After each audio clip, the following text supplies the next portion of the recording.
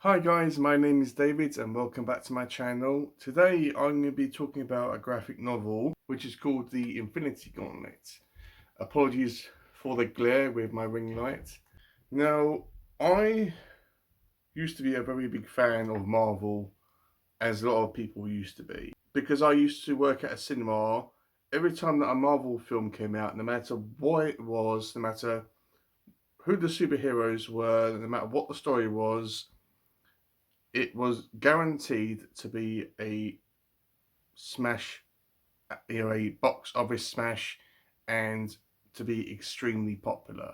As it was kind of an event going to Marvel films, you had to watch all the films and you had to stay until the very end of the credits to catch the end credit scene or the mid credits or the mid credit scene or whatever it used to be, to catch all the references and Easter eggs that were hinted at for future projects. And I know that Marvel didn't really start off on a strong foot.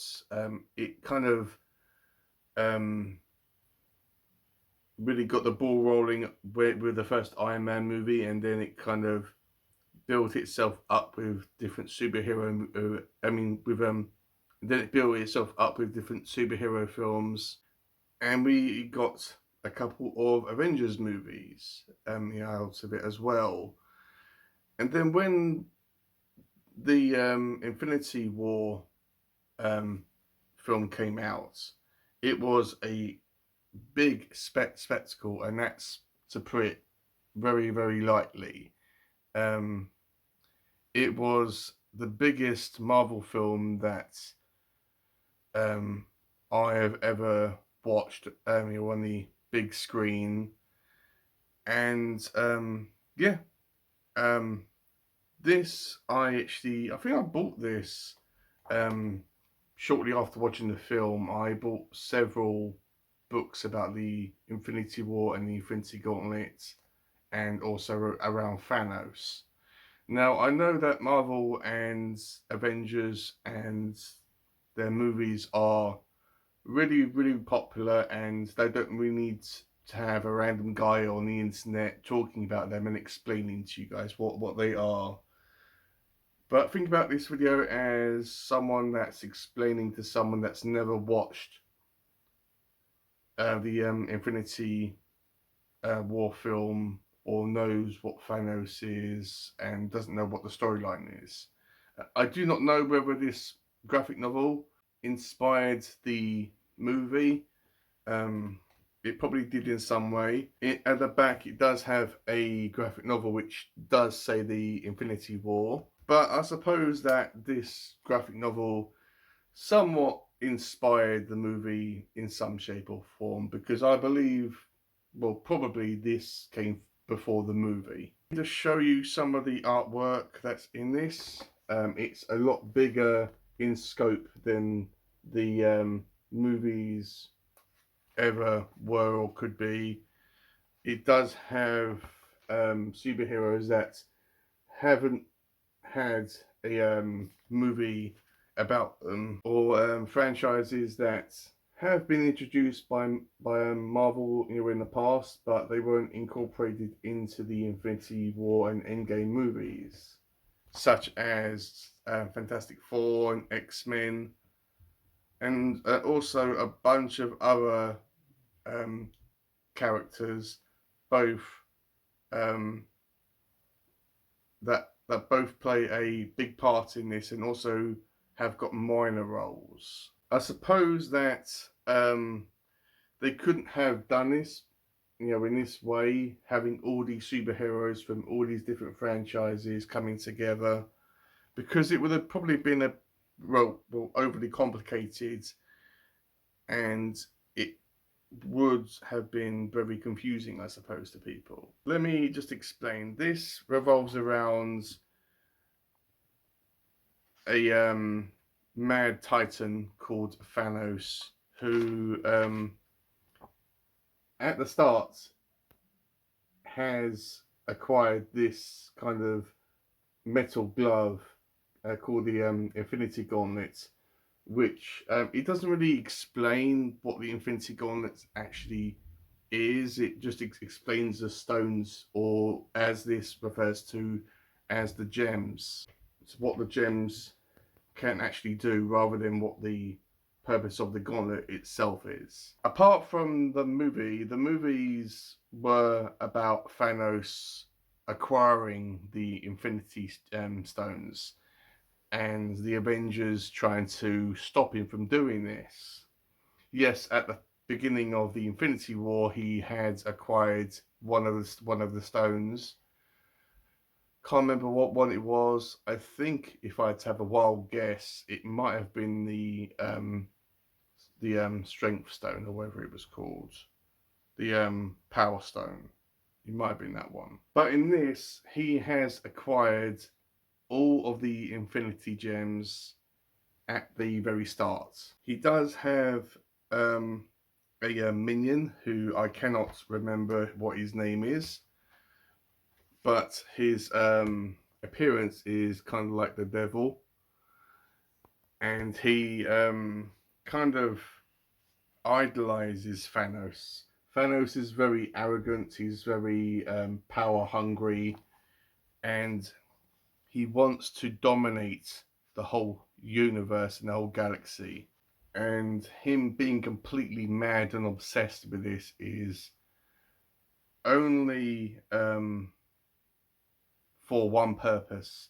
He has a mad infatuation, obsession towards this female character called Mistress Death, who is essentially, as the title suggests, she is death.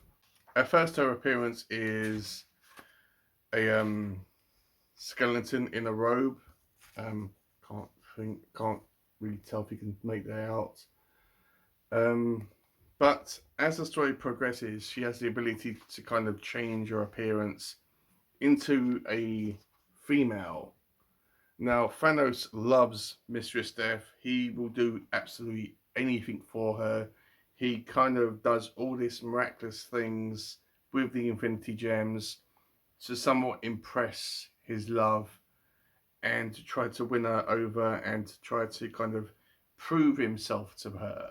That's his whole driving force to get in these Infinity Gems, so he can like prove his love and loyalty to Death and to kind of rule with her. Mistress Death doesn't speak at all, but she communicates through her actions that she doesn't find Thanos very impressive, and she isn't impressed by what he's doing.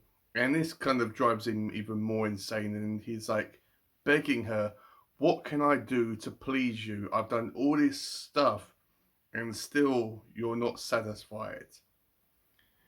And he does kind of snap his fingers and get rid of I believe, half of the population in all of the worlds in the galaxy, not just on Earth, but in all different worlds and dimensions. And the Silver Surfer kind of goes and finds Doctor Strange, and he kind of tells Strange about Thanos and what's going on, and the urgency about stopping Thanos and what he's planning to do.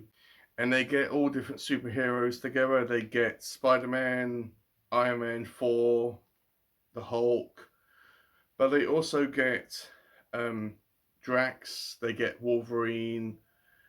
They get She-Hulk. Just to name a few, there is loads and loads of these superheroes that they get. Some that some that I know of, but some that are more obscure. Um, and some that have never really had a movie about themselves. What's kind of strange is that they do kind of recruit not just superheroes but also supervillains. Doctor Doom from the Fantastic Four comics is with this group trying to stop them. He's kind of planning behind the scenes and trying to like see how he can get this to go into his advantage. And their mission is to try to stop Thanos and to try to save the world. You know, that's old spiel, I guess. But unlike the movie it incorporated a concept that no one had ever seen in a Marvel film before, where the heroes lost. They stood up against the bad guy, they fought the bad guy, but they ultimately lost the battle. And also, superheroes were defeated, and that kind of left a overpowering sense of wow, this has actually happened. But ultimately, as these movies always are, ultimately good triumphs over evil. But what happens in the graphic novel, the Infinity Gauntlet, doesn't go like that. Yes, the Avengers, as we know them to be, Iron Man 4, the Hulk, all that. I mean, you actually know the standard roster. Yes, they do stand up towards Thanos, and they do have a battle against him, but they don't win. They lose in the most tragic possible way. So the Silver Surfer has to defeat this um, adversary with the help of Adam Warlock. I believe that's what his name is. Adam's never really been in a Marvel film, although I think he might have been in Guardians of the Galaxy 4. I mean, 3 rather. Sorry, it's hot today. Apologies for the mistake. I wish there was a Guardians of the Galaxy 4. They kind of I felt that they kind of like jumped ship um, before Marvel got a bit dull and boring at times, I guess. And there are all these like bigger titans and gods that stand up to Thanos and try to take him down. Um, and there's all these battles and um, twists and turns. I think that's as far as I want to go with that and the basic storyline. There is a lot more to um, this. It does focus a lot on um, tragedy and trying to stop Thanos. And also, there's this um, kind of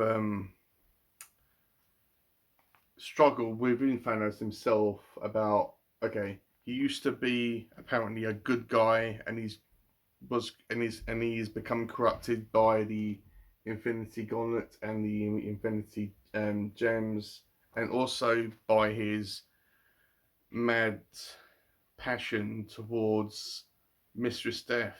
I mean, this was a very entertaining graphic novel. If you have seen the Infinity War and Endgame, I would encourage you to um, find this and pick this up. This was a very entertaining read. Um, yes, it was a lot different than the movies. Um, it's a lot grander and bigger in scope. This incorporates a lot of characters from the Marvel Cinematic Universe or the MCU that weren't incorporated into films, but some of them were like the Fantastic Four. I'm still on the fence whether I want to see that the remake or not. Um, and there were some superheroes like the X-Men that weren't incorporated into um, the Avengers and the whole MCU. They were kind of separate. I guess they were only brought into the MCU through Deadpool and through Deadpool and Wolverine. But debatably, it's I mean Deadpool's debatably kind of the same thing as Deadpool films part of the MCU. I don't know. But I am really pleased that I have read this graphic novel. It was a very entertaining read. I will probably reread this at one point, again. But the ending, it was a good ending. I suppose it could have gone several ways. It could have gone like the movie, or it could have gone slightly different. It does do its own thing, apart from the movie. I don't really think that's considered a spoiler, as I don't know whether this inspired Infinity War and Endgame, or was or was the whole inspiration for it. As I said, there are numerous graphic novels about Thanos and about the Infinity Gauntlet, and I do have a much bigger graphic novel that's called Infinity, which I will read at one point. Um, but yeah, I will probably rate this a 4 stars out of 5. It was good. My only complaint that I can possibly think of right now is that whenever it was kind of whenever we were like with our superheroes and they were discussing stopping Thanos, I just wanted to kind of get to Thanos and read his sections. And uh, though yes, I mean there were characters in this who I didn't think very much of, that didn't really do much. But yeah, this was as I said, this is um, highly recommended by me if you like Infinity War and Endgame. If you haven't read any graphic novels about Thanos, then I would recommend that you read this one. Um, yeah, I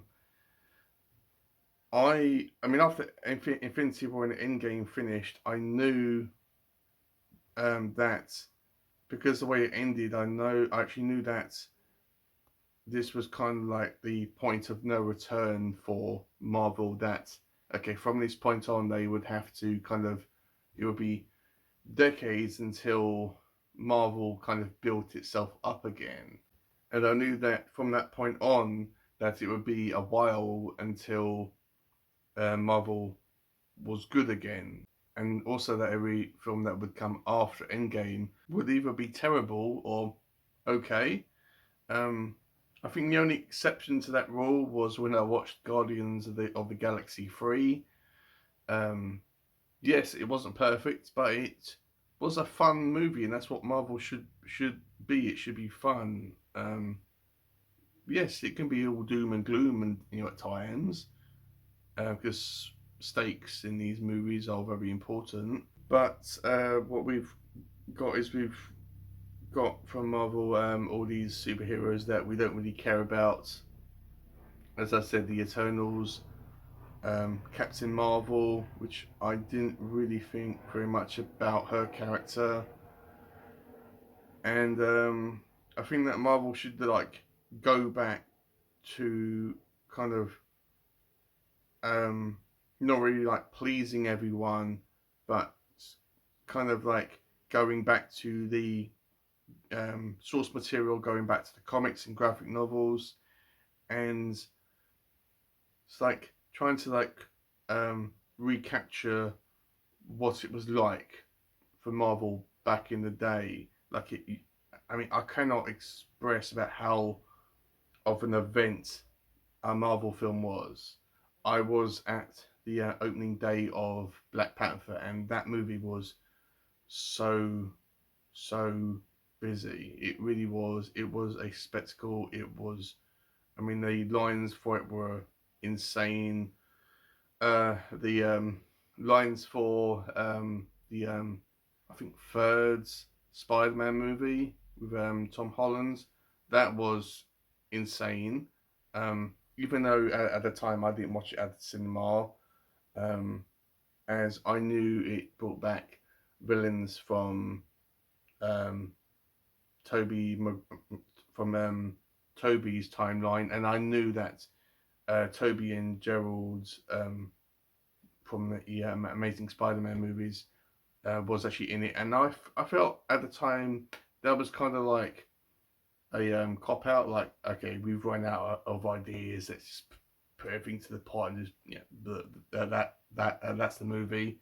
I have got it on Blu-ray and I have watched it once. My feelings for it hasn't actually changed, but I guess it's a good movie. I know that Spider-Man films with Tom do really well, and I hope that Marvel kind of finds their feet again. But yeah, with all that out of the way, guys, let me know. Have you seen Infinity War and Endgame? Have you read the Infinity Gauntlet graphic novel? Have you read anything else about Thanos? What are your opinions on Marvel and their movies? And let me know, have I maybe kind of inspired you to pick up the Infinity Gauntlet graphic novel?